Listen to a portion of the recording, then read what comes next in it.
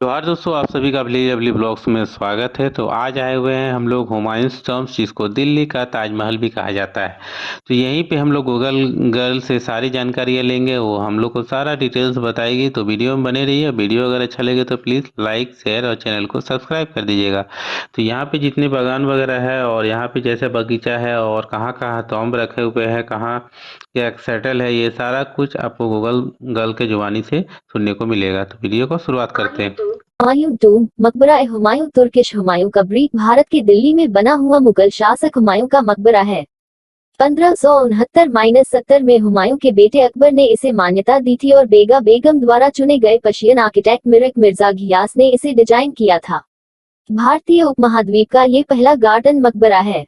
1533 में मुगल शासक हुमायूं द्वारा स्थापित पुराना किला के नजदीक दिल्ली के निजामुद्दीन ईस्ट में स्थापित है और बनाते समय उसमें लाल पत्थरों का उपयोग किए जाने वाला ये पहला मकबरा है। 1993 में इस मकबरे को यूनेस्को वर्ल्ड हेरिटेज साइट घोषित किया गया था और तभी से यह मकबरा पूरे विश्व में प्रसिद्ध है। हुमायूं के इस मकबरे के अंदर बहुत से छोटे छोटे स्मारक भी बने हुए हैं। जैसे ही हम मकबरे के दक्षिणी द्वार में प्रवेश करते हैं, वैसे ही हमें रास्ते में बने छोटे छोटे स्मारक दिखाई देते हैं। इसे हुमायूं के मुख्य मकबरों में से एक माना जाता था। मुगल कालीन प्रसिद्ध इमारतों और धरोहरों में हुमायूं का मकबरा भी शामिल है और इसके साथ ही चारबाग गार्डन, जो एक पर्शियन गार्डन की तरह लगता है, वह भी शामिल है, क्योंकि इस तरह का गार्डन भारत में कभी नहीं देखा गया था। इसके साथ ही उन्होंने अपने पिता और पहले मुगल शासक बाबर की भी समाधि काबुल, अफगानिस्तान में बनवाई थी, जिसे बागे बाबर कहा जाता था। और तभी से मुगल साम्राज्य में शासकों की मृत्यु के बाद उनकी याद में जन्नत का बाग बनाने की प्रथा शुरू हुई। यमुना का तट निजामुद्दीन दरगाह के निकट होने के कारण ही हुमायूं के मकबरे को यमुना तट पर ही बनाया गया था और वही मकबरे के पास दिल्ली के सूफी संत निजामुद्दीन औलिया की भी कब्र है। बाद में मुगल इतिहास के अंतिम शासक बहादुर शाह जफर यहाँ शरणार्थी बनकर आए थे। 1857 की क्रांति के समय अपनी 3 बेगमों के साथ कप्तान होटसो ने उन्हें पकड़ लिया था और रंगून में कैद करके रखा था। फिर बाद में गुलाम वंश के काल में यह जमीन नसीरुद्दीन 1268-1287 के बेटे सुल्तान केकुबाद की राजधानी में किलो खेरी किला के नाम से जानी जाती थी। बत्ताशे वाला मकबरा भी हुमायूं के मकबरे के वर्ल्ड हेरिटेज साइट के पास ही है। इन दोनों मकबरों को बीच में एक दीवार बनाकर अलग किया गया है, जहां पे एक छोटा रास्ता भी बना हुआ है। 20 जनवरी 1556 को हुमायूं की मृत्यु के बाद उनके शरीर को पहले दिल्ली के पुराना किले में दफनाया गया। बाद में उन्हें खंजर बेग पंजाब के सिरहिंद ले गए, क्योंकि उन्हें डर था कि कहीं हिंदू राजा हेमू, जिसने अक्टूबर 1556 में आगरा और दिल्ली में मुगल सेना को पराजित किया था, कहीं वह पुराना किला हासिल करके मकबरे को नुकसान न पहुंचाए। 1558 में मकबरे की देखरेख उनके बेटे मुगल शासक अकबर ने की थी। अकबर मकबरे को 1571 में देखने गए थे, जिस समय लगभग वह पूरी तरह से बन चुका था। हुमायूं का मकबरा मुगल साम्राज्य के तीसरे शासक अकबर के आदेश से मिराक मिर्जा घियाथ ने बनाया गया था। उनकी मौत के 9 साल बाद 1565 में इसका निर्माण कार्य शुरू हुआ था और 1572 ईस्वी में इसका निर्माण कार्य पूरा हुआ था। उस समय इस मकबरे को बनाने में तकरीबन 1.5 मिलियन रुपए लगे थे। हुमायूं की पत्नी अर्नब देओरुखर ने उनकी काफी सहायता की थी। बिल्डिंग और कब्र को बनाने में लगने वाले पैसे बेगा बेगम ने दिए थे। जब 1556 में हुमायूं की मृत्यु हो गई थी, तो उनकी मौत का बेगा बेगम को काफी अफसोस हुआ था और इसीलिए उन्होंने हुमायूं की याद में मकबरा ए हुमायूं बनाने की ठानी। आईने ए अकबरी के अनुसार 16वीं शताब्दी में अकबर के शासनकाल में इस मकबरे पर डॉक्यूमेंट्री बनाई गई थी। 1903-09 के बीच एक वृहद उद्यान जीर्णोद्धार परियोजना आरंभ हुई, जिसके अंतर्गत नालियों में भी बलुआ पत्थर लगाया गया। 1915 में पौधारोपण योजना के तहत केंद्रीय और विकर्णीय अक्षों पर वृक्षारोपण हुआ। इसके साथ ही अन्य स्थानों पर फूलों की क्यारियां भी वापस बनाई गई। भारत के विभाजन के समय अगस्त 1947 में पुराना किला और हुमायूं का मकबरा भारत से नवीन स्थापित पाकिस्तान को लिए जाने वाले शरणार्थियों के लिए शरणार्थी कैंप में बदल गए थे। बाद में इन्हें भारत सरकार द्वारा अपने नियंत्रण में ले लिया गया। ये कैंप लगभग 5 वर्षों तक रहे और इनसे स्मारकों को अत्यधिक क्षति पहुंची, खासकर इनके बगीचों, पानी की सुंदर नालियों आदि को। इसके उपरांत इस ध्वंस को रोकने के लिए मकबरे के अंदर के स्थान को ईंटों से ढक दिया गया, जिसे आने वाले वर्षों में भारतीय पुरातात्विक सर्वेक्षण विभाग ने वापस अपने पुराने रूप में स्थापित किया। हालांकि 1985 तक मूल जलीय प्रणाली को सक्रिय करने के लिए 4 बार असफल प्रयास किए गए। मार्च 2003 में आगा खान सांस्कृतिक ट्रस्ट द्वारा इसका जीर्णोद्धार कार्य संपन्न हुआ था।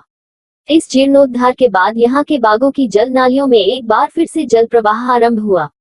इस कार्य हेतु पूंजी आगा खान चतुर्थ की संस्था के द्वारा उपहार स्वरूप प्रदान की गई थी।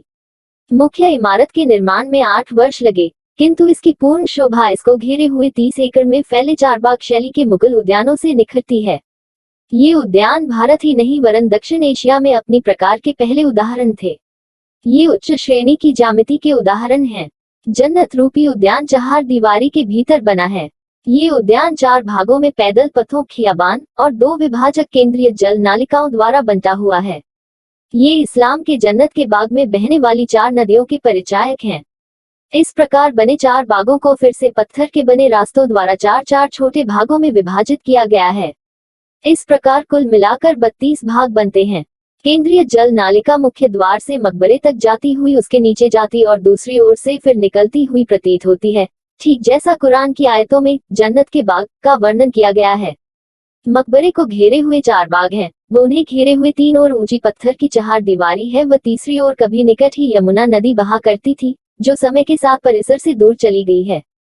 केंद्रीय पैदल पथ 2 द्वारों तक जाते हैं, एक मुख्य द्वार दक्षिणी दीवार में और दूसरा छोटा द्वार पश्चिमी दीवार में। ये दोनों द्वार दुमंजिला हैं। इनमें से पश्चिमी द्वार अब प्रयोग किया जाता है।